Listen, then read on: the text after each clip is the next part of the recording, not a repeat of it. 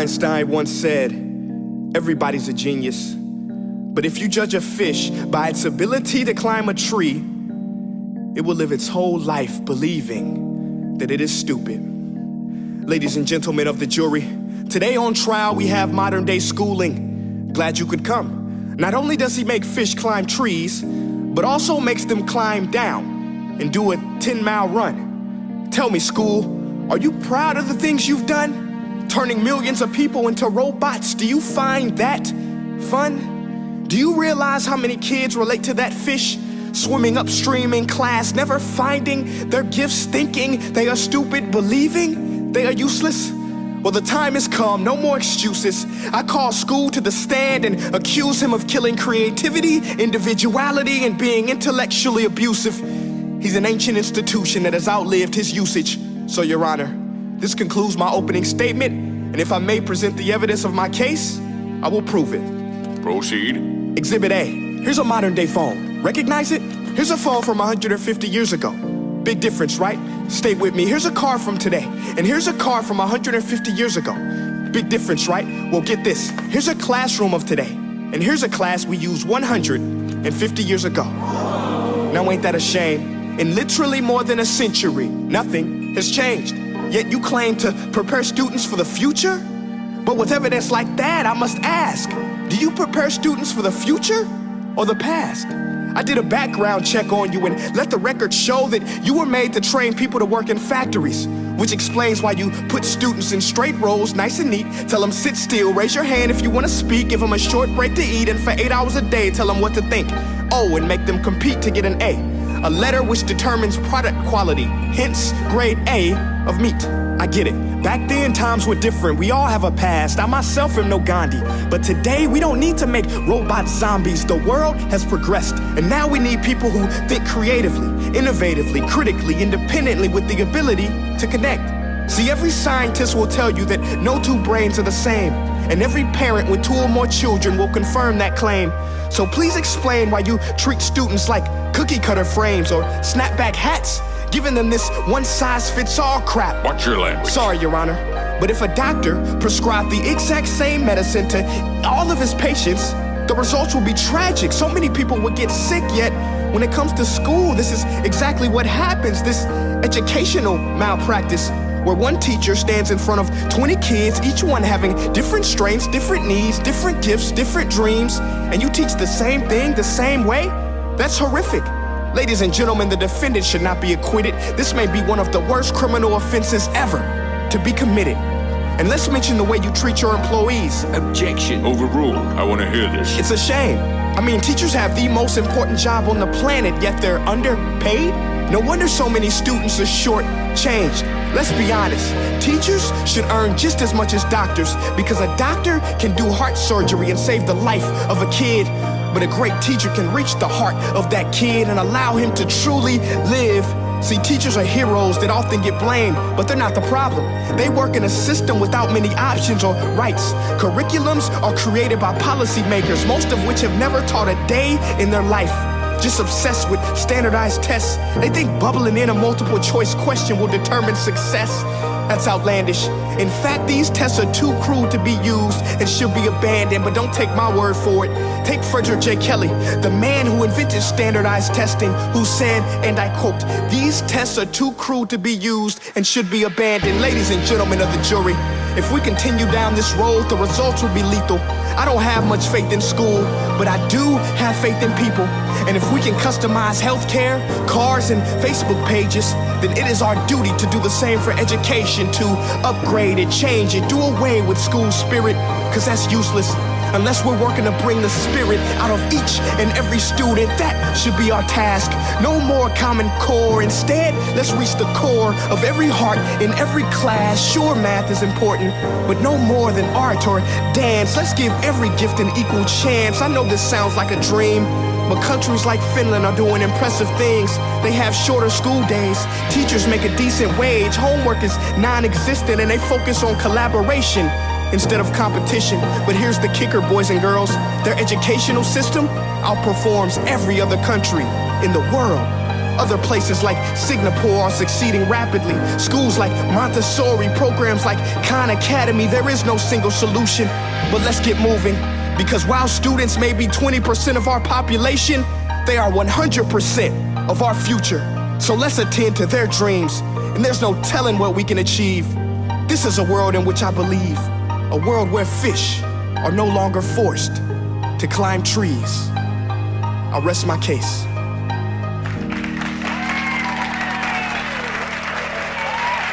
So let me attempt to pick up where that brother so eloquently left off, right? I'm just going to attempt to articulate myself. I ain't going to promise you it's going to be as eloquent as he did it, right? But anyway, I want to try and go through this really, really quickly and lay down some points as to why I feel the American school system is trash for everyone, and especially Black people. Hit it off of John D. Rockefeller in the early 1800s. He said that, you know, he wanted to build a system where, and it was targeted to the poor, but it was a system where he could teach people what to think as opposed to how to think, right? And so ultimately he wanted to teach you how to work hard for him, right? He wanted to teach you how to be a follower and not a leader, right? How to regurgitate other people's thoughts and not think necessarily for yourself. But anyway, let's go ahead and jump into it. So firstly, I want to start off by saying some of the bad habits. I'm just going to go through a few. There are a whole slew of habits and ways we learn from going to school, right? And socializing. I'm gonna get to that too, socializing a little later in the video. But anyway, first, segregation. Think back to when you were in school. You were segregated. Segregation is division. It's a form of division, right? And that's what we learned in school, how to be clicked up. You was with the popular, you was with the geeks, or you had the football over here, or you had the cheerleaders over here, the book clubs over there, right? The class clowns back there. You were clicked up somehow in school. Again, that's a form of segregation. We learn division. And these are habits that spills out subconsciously into our everyday living. So again, we were programmed early, young, so we can keep this up. Why do you think the families are so divided? You got some families that still practice colorism, segregation. Your skin is not the right color, so you're not as worthy. But I don't want to digress too much. Let me get back. You learn materialism, self-hate. I recall when I was growing up in school, you couldn't come to school without some Jordans on. You was not nothing if you didn't have some Jordans and some used or some damage or some Louis. I'm sorry, not Louis. It wasn't so much Louis. It was Pelly Pale. Coach was popular then. Dooney and Burke was popular then. Like if you didn't have that DKNY, you wasn't dressing with those labels, you wasn't nothing. And what do you learn? Many children, you learn that, or we begin to attach our worth, our self-worth to material items. The worst thing you could ever do. Because now we understand that things outside of you, material items, are ever fleeting. How can you attach who you are, your identity, to something materialism? That's a big strike right there. But anyway, self-hate, right? You hate the fact that you can't dress like everybody else. Maybe your parents can't afford it. Now you hating them. You hating everybody. You got a self-hatred that builds up in yourself because what your peers have told you that your identity is basically nothing. Because what validates your identity here in this place is what you're wearing, how you look, right? So now you're angry. You got all this self-hate, and we know children can be mean. Children can be cruel, right? And we also know that hurt people, and unaddressed trauma, it just, festers, right? And so now we see all of this stuff that we've learned, this hate that have been implanted in us from school. We see it manifest in our careers, right? It show up in these positions of power. Most of us say that, these overzealous police officers, they were most likely bullied in school. Somebody made them feel inferior. Right there in front of the car. Stay street. I ain't doing, but I got gun right there. I'm not doing that. Oh, yeah. I'm saying, what you saying? Oh, yeah, fuck. I'm not, oh, my God. Okay. Down. Oh, my fuck. Oh, my God. Oh, my God.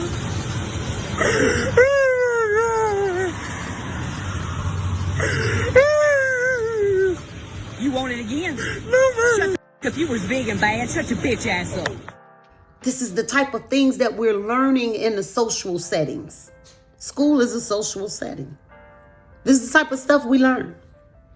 You learn to be greedy. You learn to be selfish. You learn to seek approval. You learn to seek validation, right? Competition, unhealthy competition. I think it's a duality with most things. I ain't gonna get into that, but I think there's a healthy competition and an unhealthy competition. I ain't gonna get too much into it because I don't want this video to be long and drug out. But anyway, these are things that you learn. Hey, teacher, you want to be the teacher's pet. Seeking approval to appease to somebody, right? How you dress, how much your hair costs.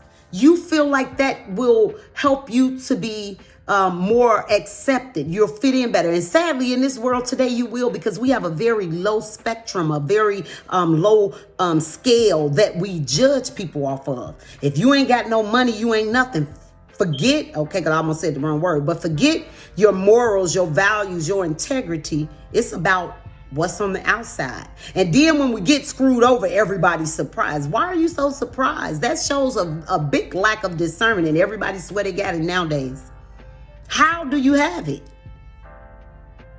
When you judge somebody off of something so mundane as the clothes they wear. But Machiavelli said that, this is how a lot of people fake it till they make it. And you want to tell me about socializing.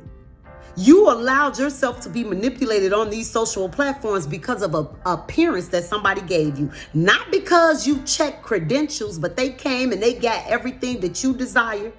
See, we become slaves to our own desires. All of these are things that we are taught, that are implanted in us from school. Right? Machiavelli said, you have to dress the part, look the part. Because in this mental backward society, that's what people judge you off of. Let me hurry along, but these are some of the things that you learn in school. Let's jump into socializing. The need to socialize, right? We talk about the need to socialize. It's important that you socialize. Who told you that? Somebody that went to school? Yeah. And they know what they talking about. Why they know what they talking about? Because they went to school. They got all these degrees. They've been validated by the system, the very system that's put in place to oppress you. That system. They've been validated by it. So they got to know what they talking about. Okay, well, again, you come and you'll try and argue somebody or come for some. My thing is, when you understand how this system works and the inner workings of this system, you understand that 9 times out of 10, there's always a certain agenda that is attached. It's more in large part due to the way you've been socially programmed. So this is why you see a nice car, a big house, right?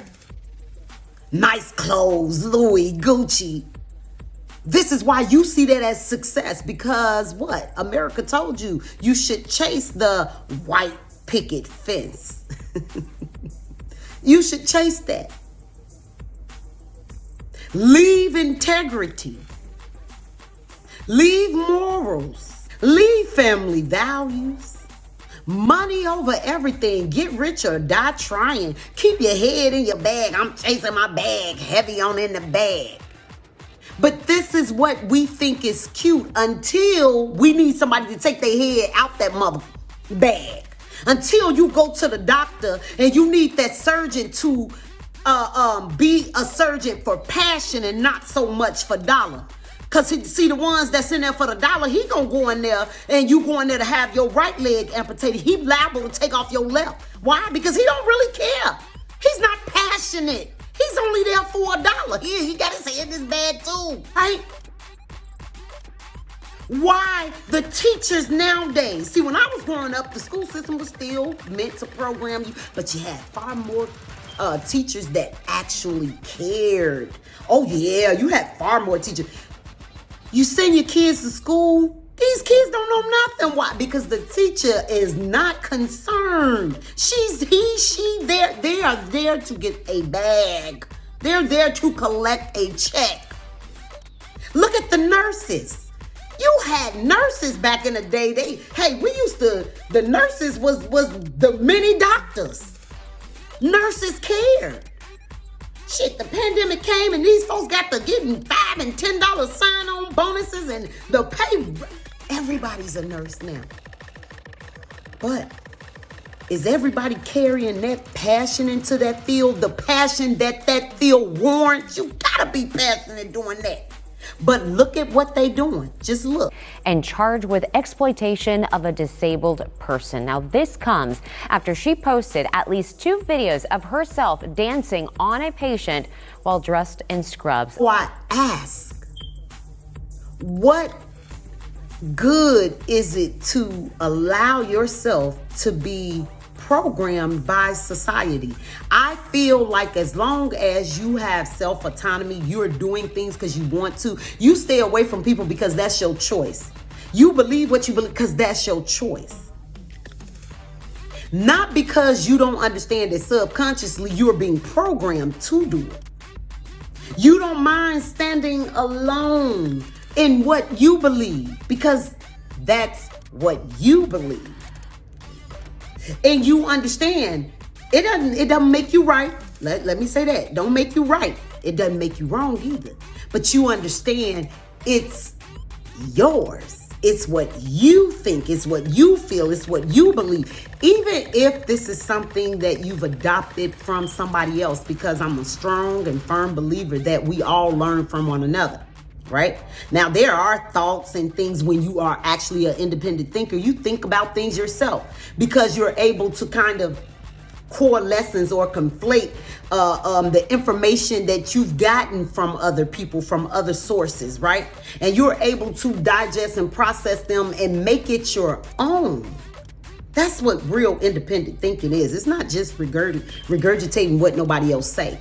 And this is why the system, right? The government, they don't want us to think for ourselves because the more thinkers, the more solutions. The more solutions, the more problems that are solved. But if everybody's running around and on this little hamster wheel of thoughts where everybody's just thinking the same thoughts, we're not coming with many solutions because everybody basically got we're the same level basically of thinking.